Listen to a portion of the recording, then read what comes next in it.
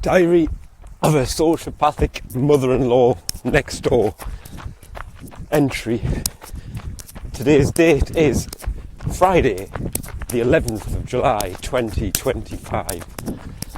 It's about 9:15 in the morning. It's an absolutely glorious sunny day, glorious morning. It must be easily 22, 23 degrees.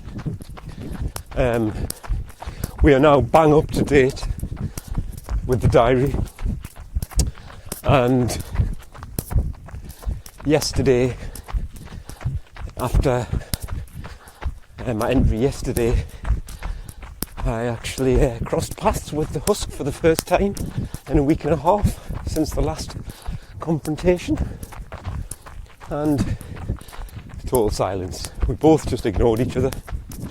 I was on the driveway, doing a painting job out on the driveway, painting some furniture, and she walks out of her lair down the driveway, totally ignores me, and I ignore her.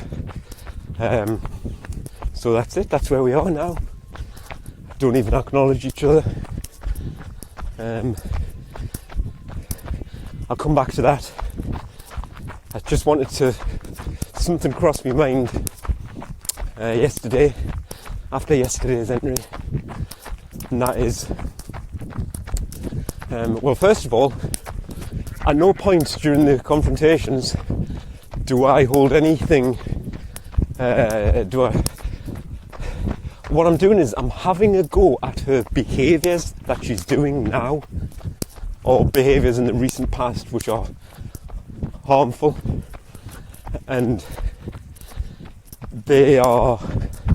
it's what she's done, it's factual. You said this, you did this, that's hurtful, that's cruel, that's not very nice. Whereas what she brings up is things from the past that aren't even true, they're not factual, but she brings them up to hurt you. You know, like that thing about stepdad never wanted to move here. Like, I can't even, nobody knows if that's true. Because he didn't tell anybody that. He didn't tell either me or the Beacon that. She didn't tell me or the Beacon that in real time when the Beacon was trying to ensure that she had spoken to him and got his thoughts and opinions and feelings. It's just something from the past is being used to hurt you. And she often does things like that about things which you've already apologised for, or it's already done and dusted and finished with. She'll bring it up in future confrontations, like it's always stored as ammunition in the background, and that sort of a relationship is one that you would leave instantly if that was a personal relationship or a romantic relationship. That's the sort of that's the sort of warning sign, red flag, get out, because we all make mistakes, and once you apologise genuinely, and if that apology is genuinely accepted, it doesn't get brought up again. You've moved on. An apology, it means to take back. That's what the word means, to take back. So if an apology is accepted, then it's accepted that you've taken it back as if it wasn't said. Now, it doesn't mean you have to forget about it.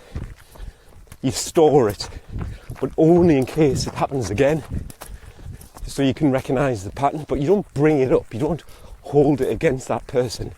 You treat it as it was a genuine mistake and they didn't mean it, and you move on. Now what she does is just like the when I called her an effing bitch. I didn't apologise per se when I had the big confrontation with her and St George, she said that really hurt me. And I said, well, obviously in the moment, the information that I had in front of us was that you were sharing a private conversation with him, and you shouldn't do that. It's private, it's not his business. It's between me and you, it's family. So in the moment, I agree with what I said. However, if you're saying that wasn't the case, then I take it back. So it's like, it's up to her. Only she knows the truth. But anyway, it was done and dusted. We moved on. And then she brought it up again the next day when we were trying to patch things up with the beacon in St George. She brought it up. And it's like, that's an abusive relationship. She does that all of the time. The stuff from 30 years ago that she still brought up in modern times, in today's times. Mistakes that I made when I was a teenager. You know, she'll bring it, I'll never forget when you did this, and I'll never forget when you did that.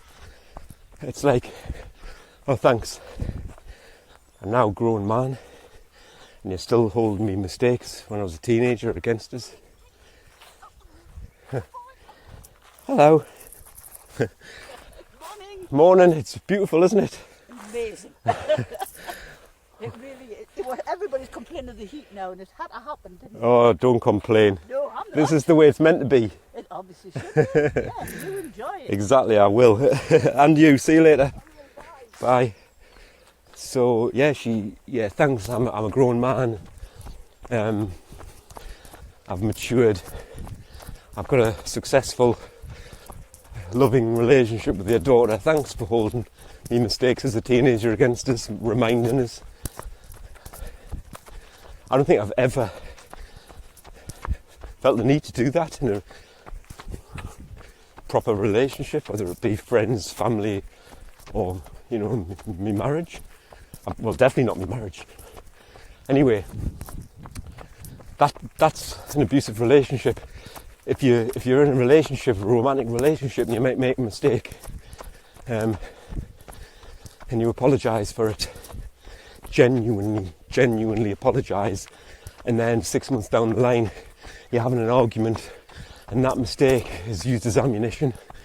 That's futile. That relationship, it's never going to work. Just may as well just get out and stop wasting your time. And that's what the husk is. So she's in silent mode.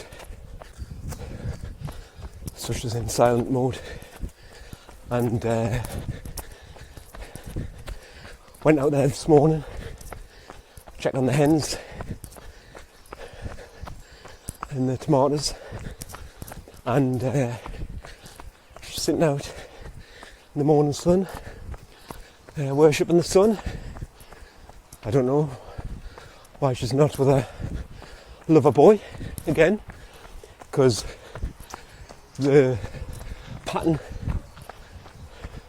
Oh, here she comes. God, I keep just missing her. So the pattern was, first thing, he'd be round, and now he's not. But she's not round there. So, why the distance? How can you not bear to be apart? A week ago, and now your priorities have changed. So I covered this in the last entry. Why are they not together every minute of every hour of every day like they were? Just sitting outside doing nothing, ignoring me, and ignore her. I'm ignoring her, I know, I get that. And obviously she thinks she's left the ball in the beacon's court. No. The ball is never in the beacon's court. On this matter, you've completely insulted her. You've blamed her for all of your mistakes in the recent past, in terms of, you blamed her for moving here. You made it sound like you didn't want to move here. You made it sound like what's going wrong now is happened because you didn't really want to move here, and she persuaded you. You're blaming her for forcing stepdad to move here when against his will. You're blaming her, and you're blaming her for the way I'm treating you. You're a total husk shell, dead, soulless, lifeless, empty vessel. That's all you are. Just a vessel. The ball's not in her court. Husk. This is your doing. You said those things. You've said to the beacon, if you'd like to come over and have a chat. You haven't told her what the chat's about. You haven't told her it's important. What, are you going to chat about the weather? What are you going to chat about? She's got to have a clue about what she's entering into. If it's not just a general chat, she's got to know. She's got to know what it's about. Plus, it's not up to her to come to you. It's up to you to go down to her home. You enter into her home or ask if you can come in and have a chat because it's important. You put all of the effort in. 100% onus on you, Husk. Because you've made the errors. You don't even know what she knows. You don't even know if I've told her. You've presumed I have. And obviously on this occasion you've presumed right. Look at the draw. Even a broken clock is right twice a day. So you don't know what she knows, and you don't know what her mental state is, or you don't know what emotions she's experiencing as a result of your cruelty. It's up to you to put all the beacon. She doesn't even need to say anything. As in, the chat, right, it's one way. She wants to listen to what you've got to say about those things that you said. So when you're just sitting there, oh well, let us know when you're free and come over. I'm just going to sit here in the sun waiting like a martyr. Is that why she's in all the time? Is that why she's in? Oh, I think I might have just clicked on to something. Yeah, that's why she's spending so much time at the lair. So she can say, well, I've been in every night. That's it. It's protecting her position in the future. Because she thinks that's all it's about. I've tried. I've sent her a text and said, just let us know when you're free, come over. No. You should be banging on her door every night. I'm not saying I want you to do that. I'm not saying that the beacon wants you to do that. Quite frankly, she doesn't want to speak to you. But that's irrelevant. If you, in terms of you putting this right, your mistake, you put it right, that's what you've got to do. You've got to bang on the door every night and say, look, I know you're busy, I know you're making tea, I know you've got this, that, but this is really, really important. Beacon, really important. I've got something really important to say. And this is much more important than cooking tea. Tea can wait. This is much more important than relaxing in front of the television or whatever it is people do. You know, this, if you're not doing it tonight, tomorrow night I'm coming back. And you keep doing that. Keep doing it and doing it and doing it until you get the audience with the beacon that you need for you to put this right. That's what you do. What somehow you're just sitting there with your feet up, basking in the sun, you lazy arse, doing nothing, just ignoring me. I'm ignoring you, but this is not my problem. It's yours. And you just bury in your head, and then in the future, well, I asked her to come round. She never replied, she never came round. I was in every night. She's had ample opportunity. No, you're a child. You're an absolute child. You've never matured. You've never grown up. And you've never taken responsibility for anything in your life. And you kill babies when you realise that the trap hasn't worked. And you stay with your husband when you've got nothing but resentment for him, and you just stay because you're stubborn, and deep down you know that no man would have you with all of your baggage. So when it all went wrong with stepdad, you just stuck with it, stubborn, save face, try and convince the outside world that you're in a solid relationship. You're not. You haven't even got a solid relationship with yourself. So she's doing nothing. And like, I was thinking yesterday when she ignored us on the driveway, and obviously I didn't even lift my head up. I ignored her. And I was thinking, what would I say? What would I say? I've tried everything. What would I say? Husk, what are you going to do? What are you going to do to fix a relationship with your daughter? What are you going to do? And then I tell her what she should be doing. Why? Why should I do that? Why should I help her? Why should I put the beacon in a position where she's probably going to take 2 huge steps backwards? As in, there'll be a fake apology, and then nothing, it won't be resolved. She's got some lies, half-baked lies, ready to serve. The beacon won't be able to challenge those lies because it's futile and she knows it. So she'll have to, on the surface of it, accept the lies and then pretend that everything's fine. And then she'll probably start bringing St. George back. When she thinks, well, happy again. Oh, is St. George allowed then? Is he allowed here? Yeah, just within reason. She'll just take that, oh, he's allowed here, and we'll go back. Do I want that? No, don't want that to happen. So why should I help her? The only things I ever say,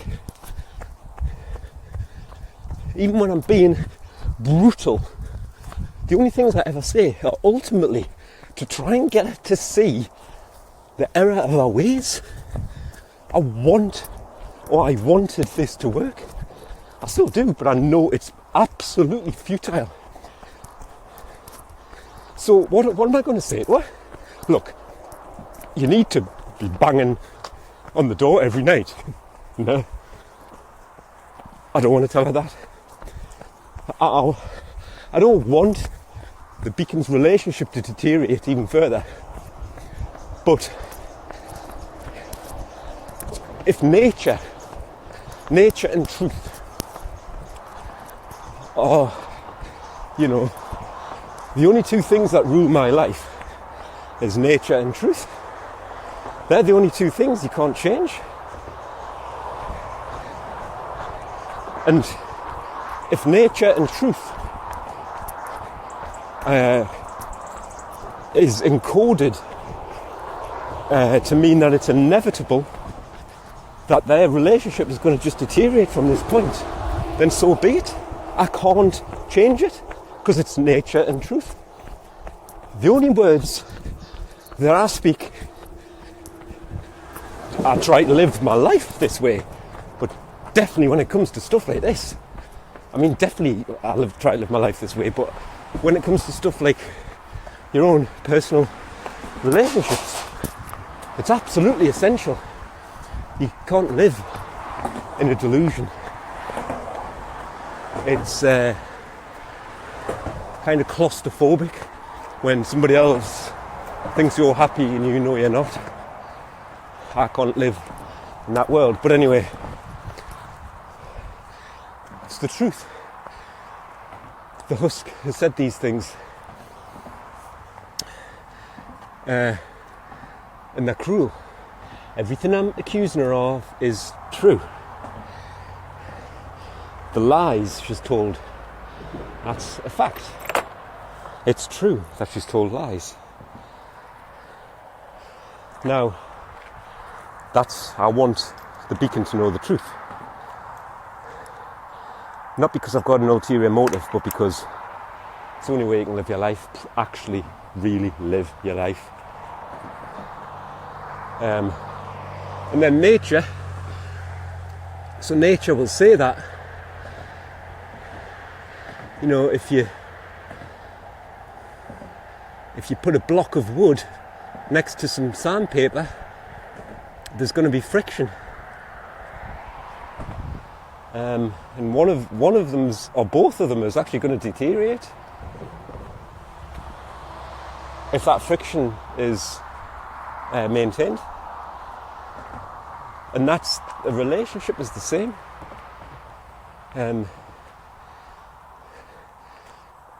Long term, that bit of sandpaper and that block of wood, long term they're going to deteriorate from their current form. The sandpaper is going to be smooth.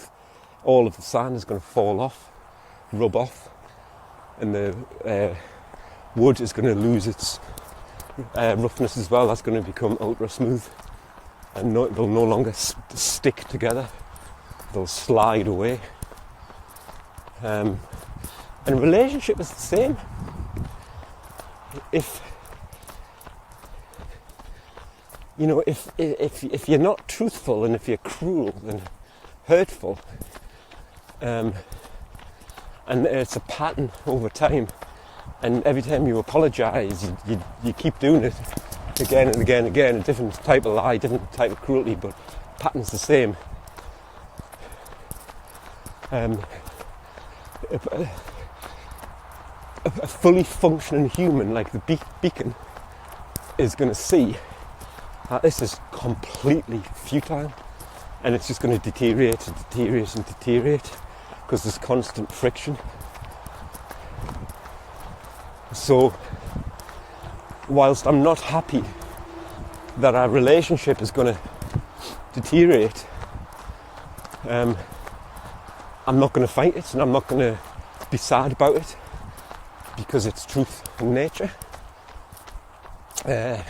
Just like gravity, you know, it's a law of nature. Nobody can change it. Nobody can beat it. Ultimately, everything comes down eventually. So, you don't fight the laws of nature. I don't want the husk to go and run and jump off a tall cliff. But if she does that, I'm not gonna complain that nature is cruel. So why would I complain that nature is cruel in this instance? It's not. Nature is perfect. Perfection. Just like gravity works perfectly to keep everything grounded, so we can actually, it's part of our experience. If there was no gravity, it would be absolutely chaotic, wouldn't it? Imagine that. Just floating around randomly, no control over anything. You need a bit of control, but you also need a bit of randomness. That's how nature works. So anyway, gravity is perfect. It's the perfect amount. If it was too much, we'd be suffering. If it was too little, we'd be suffering. So anyway, this is the same. This is just nature. It's mental, as in it's a mental construct, just like the universe. Your choices, your thoughts, through to your emotions, and then your actions are what brings you the results. That's just the way it is. Scientific method. It starts with thoughts, and then you prove it through your actions, and that'll either prove it or disprove it. Carrying out a scientific experiment, you can only do it in the physical realm, but obviously it all starts in the mental realm. So anyway, if you treat another human being like dirt, then the consequences ought to be... the consequences are that person, they're gonna walk away from you. People who don't do that are fighting against nature. In other words, it's like, stop jumping off the cliff. You may have survived this time, right? But eventually, it'll be the end of you. It's the same. People who stay in abusive relationships, eventually it'll be the end of them, unless they finally wake up and get out. When has that advice ever been? When has it ever not been that way? The advice that people give when you're in an abusive relationship. Just keep working, it'll change. Never heard that. So it's nature. And that's the way I'm feeling. And the more hurt that the husk delivers to the beacon, the more she's just losing any emotional investment in the husk, and she's losing the emotional reaction is becoming less and less and less. She's starting to numb. The beacon is starting to numb to the husk's cruelty.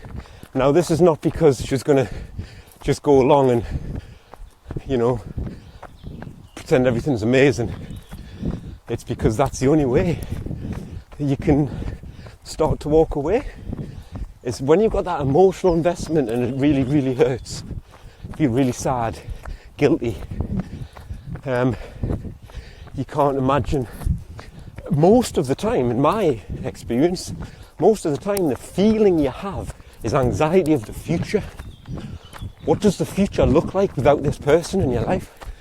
And in my experience, what you do is you look at the past and you look at the nostalgia and you apply that to the future. I'm never going to have all of those funny moments, those good times again. No, but you're also not going to be abused again. And that's the anxiety. And once you numb yourself of, effectively what you're numbing yourself of is,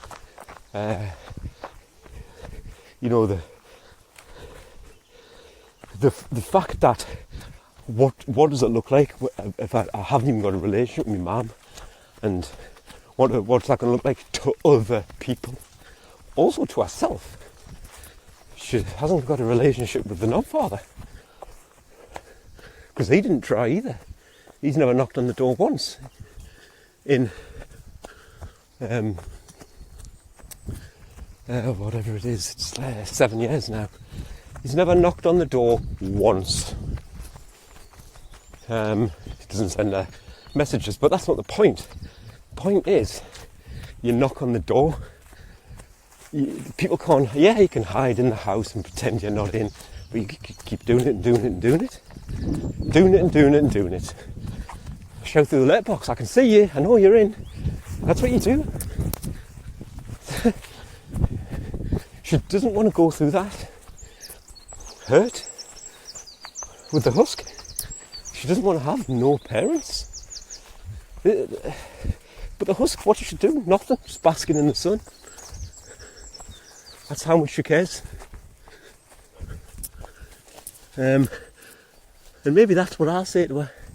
You know, when maybe another week or so has passed, I'll just say, next time I say it and she's ignorant, I'll just say, what effort have you put in with your daughter in the last 2 or 3 weeks, husk? Well, I sent her a text, one text. That's it, and just reflect that back to her. It's just, you know, like holding a mirror up to her face, and she'll not like what she sees. You've sent one text, which must have taken 20 seconds to type. That's it. That's the sum total of your effort to repair your deteriorating, broken car crash of a relationship with your daughter. Actually not your firstborn. But, you know, it still has that connotation, doesn't it? That's it, husk. Now, one other thing I was going to say. Blimey, I've been blabbing on for 32 minutes. The other thing I was going to say was about stepdad. I've already explained this. Nobody's saying he was perfect. But I'll guarantee you one thing. In 33 years that I've known him, and obviously our relationship was rock solid. I've argued with him, of course I have. Been on holiday with him, been to the pub with him regularly, watched football. Used to see him every week back in the day, and then when he moved up here, obviously saw him, constantly saw him. In 33 years that I've known him, not once, not one single time has he had a bad word to say about the husk, not once. In fact, he's had nothing but good things to say about her. And this is really worth hammering home this, because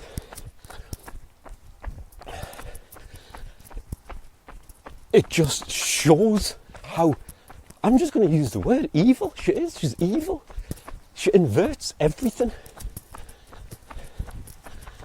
He had nothing but good things to say about her. He used to say how, when he first met her, he would always say to the husk and to the kids, when they were old enough, he would always say, a man doesn't leave a beautiful wife and 2 beautiful kids unless he's got somewhere else to go. That's what he always used to say about the knobfather. Like, he knew what he was up to. And, to a certain degree, stepdad was probably fooled a little bit by the husk's fake persona.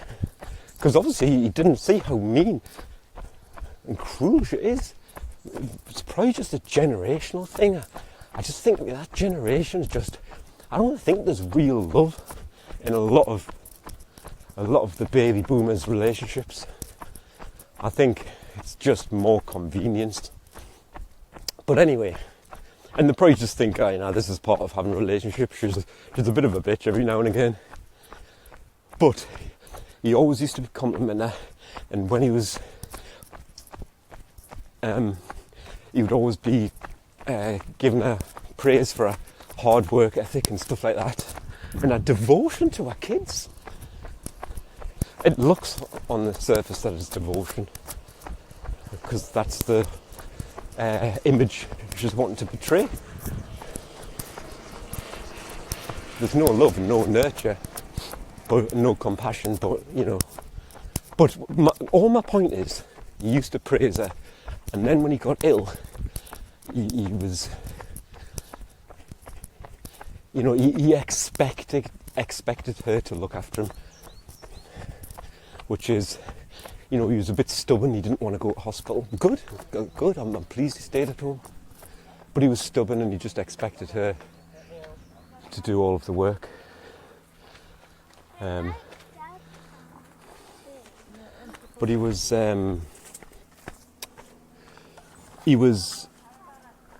acknowledged how much she looked after him when he was on his sick bed, and he said, mind, he'd say things like, mind, she's been amazing. I don't know what I would do without her. Aye. So, not a bad word to say. That doesn't excuse any of his bad sides. That's not the point. The point is, not a bad word to say about the husk. Now look at it in reverse. He's not even here. He's dead.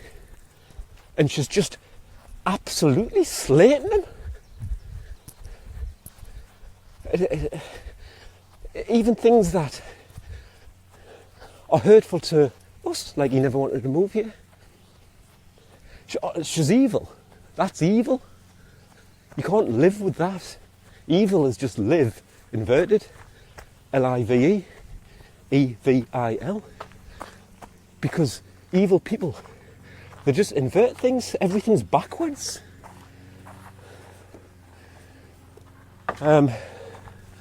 So, final analysis for today. Yeah, I think she's just sitting there stubbornly to make us feel guilty, and to be able to say, you never came over, I've been in every night.